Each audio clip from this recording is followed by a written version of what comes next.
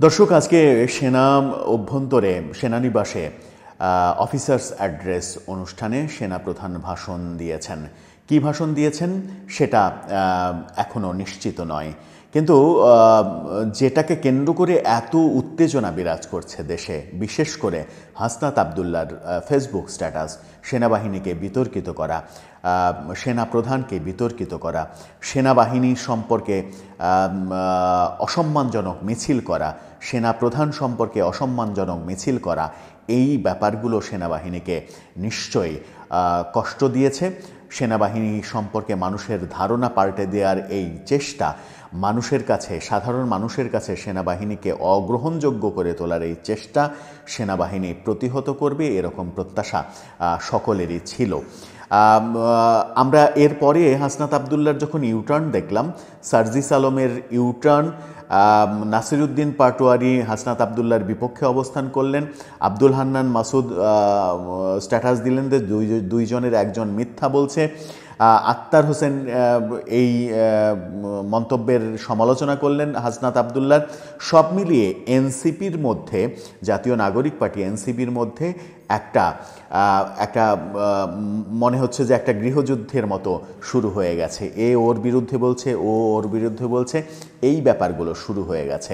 সেখানেই আলোচনা হচ্ছে হাসনাত আবদুল্লার ভবিষ্যৎটা কোথায়। এই আলোচনা যখন হচ্ছে তখন আর এক সংগঠক, উত্তরাঞ্চলের সংগঠক সার্জিস আলম, যিনি হাসনাত আবদুল্লার বিরুদ্ধে অনেকটা পোস্ট দিলেন ফেসবুকে এবং সেনাবাহিনীকে মোটামুটি একটা মেসেজ দেওয়ার চেষ্টা করলেন যে আমরা শান্তি চাই, আপনারা খুব রাগ করেন না, আপনারা শান্ত হন, এরকম একটা মেসেজ দেওয়ার চেষ্টা। সেই সার্জিস আলমকে আজকে দেখলাম বিমানে গেলেন সৈয়দপুর বিমানবন্দরে, সেখান থেকে পঞ্চগড়ে তার রাজনৈতিক কার্যক্রম চালালেন এবং সেখানে যা ঘটল সেই ঘটাটা বাংলাদেশের রাজনৈতিক বন্দোবস্ত বদলে দেওয়ার যে চাপাবাজি, সেই চাপাবাজির ঠিক উল্টো চিত্রগুলো আমরা দেখলাম। কি দেখলাম আমরা, সেই আলোচনাই করব এই ভিডিওতে। থাকবেন পলিটিক্স টিভির নিয়মিত আয়োজনে।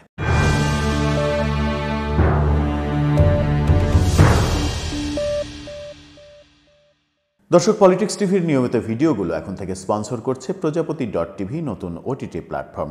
আপনারা চাইলে ইউটিউবে, ফেসবুকে, ইনস্টাগ্রামে, টিকটকে দেখে নিতে পারেন। ডেসক্রিপশন বক্সে লিঙ্ক দেওয়া থাকবে, সেখান থেকেও দেখে নিতে পারেন।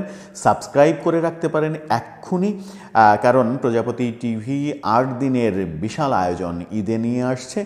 আরও চমকপ্রদ সব কিছু দেখতে তাদের সাথে থাকতে পারেন। চলে যাচ্ছি মূল ভিডিওতে। হাসনাত আবদুল্লাহকে নিয়ে কথা বলছিলাম।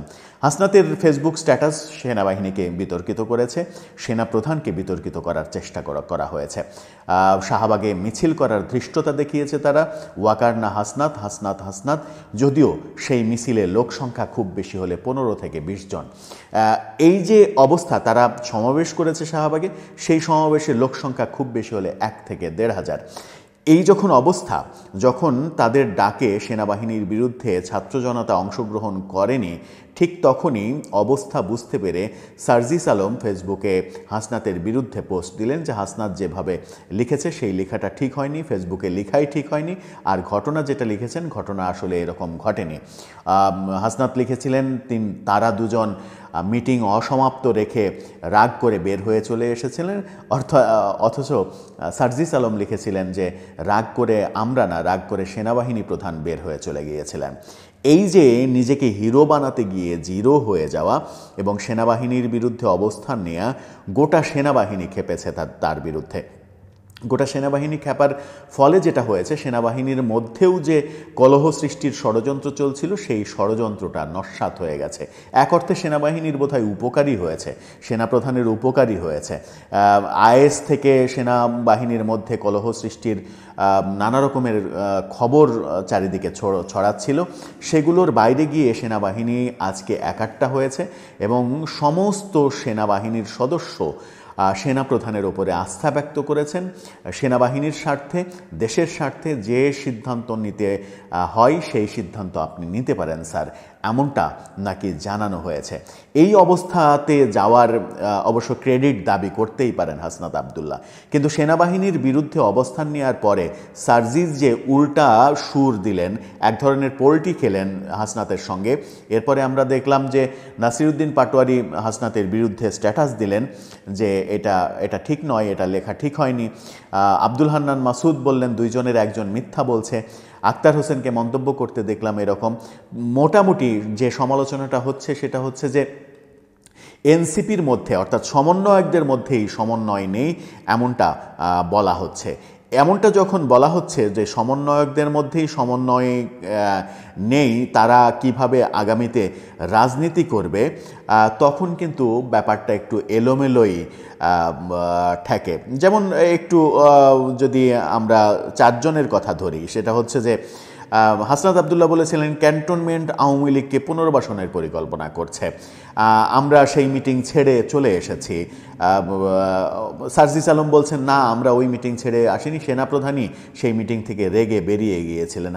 হাসনাত আবদুল্লাহর স্ট্যাটাসে বলে বোঝা গিয়েছিল যে সেনাবাহিনী হয়তো তাদেরকে আমন্ত্রণ জানিয়ে মিটিং করেছে আওয়ামী লীগের এজেন্ডা বাস্তবায়নের জন্য।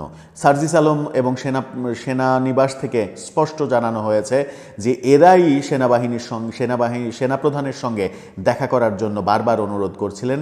অনুরোধের প্রেক্ষিতে তাদেরকে ওই ডেট দেওয়া হয়, এরাই দেখা করতে গিয়েছিল, সেনাবাহিনী তাদেরকে আমন্ত্রণ জানায়নি।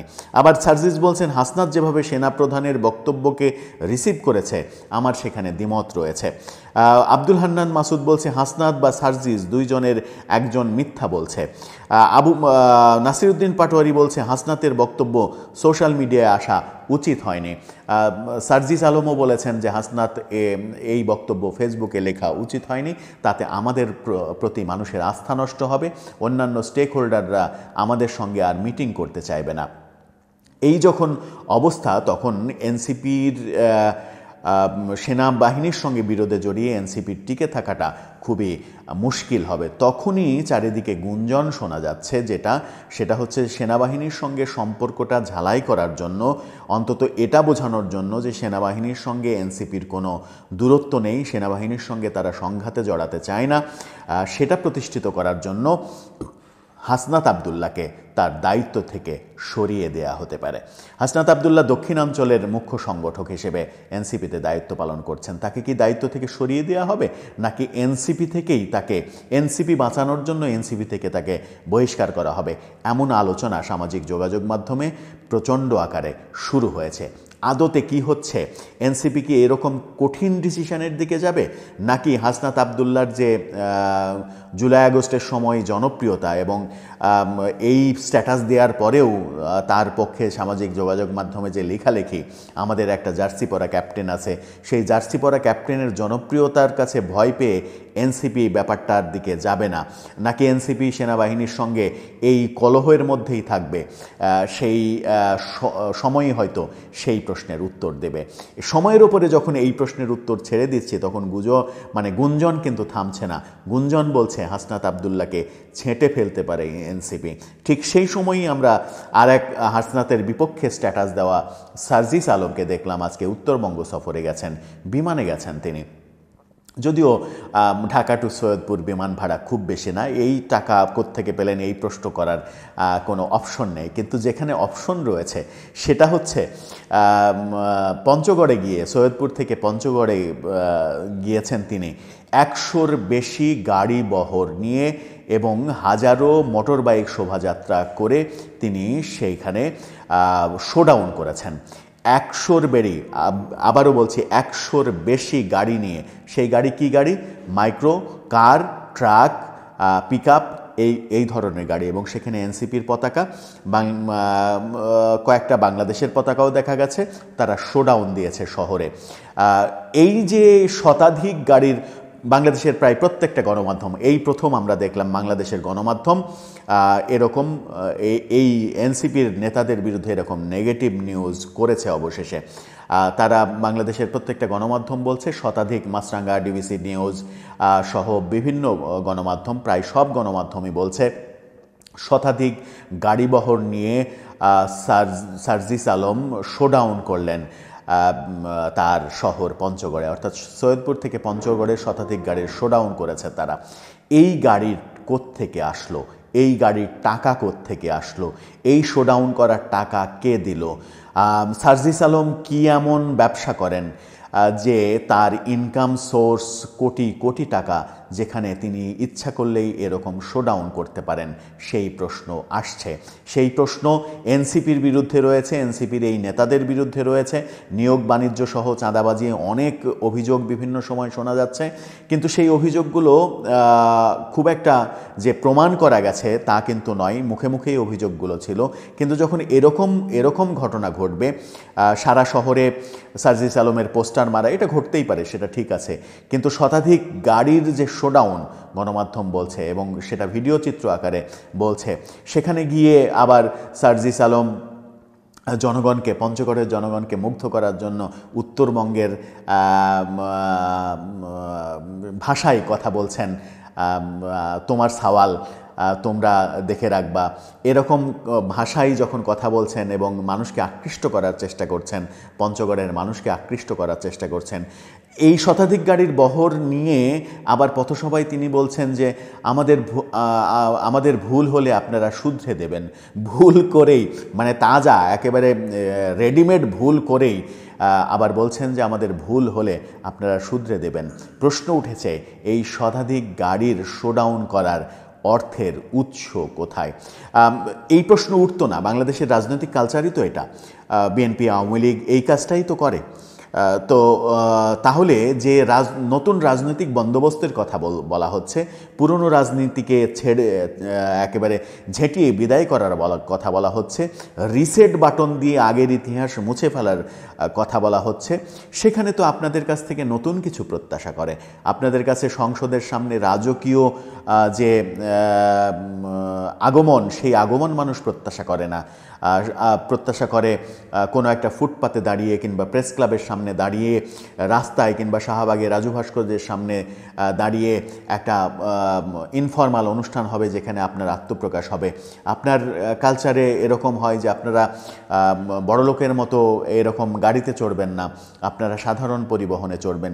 গাড়িতে চড়লেও একটা কম দামি গাড়িতে চড়বেন যেন কোনো রকম পায়ে হাঁটার থেকে বাঁচা যায়, এরকম বোঝা যায়, গরিবানা ব্যাপারটা বোঝা যায়। কিন্তু আপনি শতাধিক গাড়ির শোডাউন, যেটা আওয়ামী লীগ বিএনপি এর আগে করেছে, সেই কাজটাই আপনারা করছেন। আবার বলছেন রাজনৈতিক বন্দোবস্ত নতুনভাবে করবেন, নতুন রাজনৈতিক বন্দোবস্তের জন্য আপনারা দল করেছেন। নতুনটা কি করছেন এই প্রশ্ন সবাই করছে। আপনাদের কাছ থেকে নতুন কি পাচ্ছে মানুষ, সেই প্রশ্নও সবাই করছে। আদতে সার্জিস আলমদের এই টাকার উৎস কোত্থেকে আসছে? ইন্টারকন্টিনেন্টালে ইফতার করা, শতাধিক গাড়ির শোডাউন করা, সারা শহরে পোস্টার মারা, এই ব্যাপারগুলো কোথায় থেকে আসছে? নতুন রাজনৈতিক বন্দোবস্ত বলতে আসলে কি বোঝাচ্ছেন তারা? এই প্রশ্নটার উত্তর কি আদৌ মিলবে?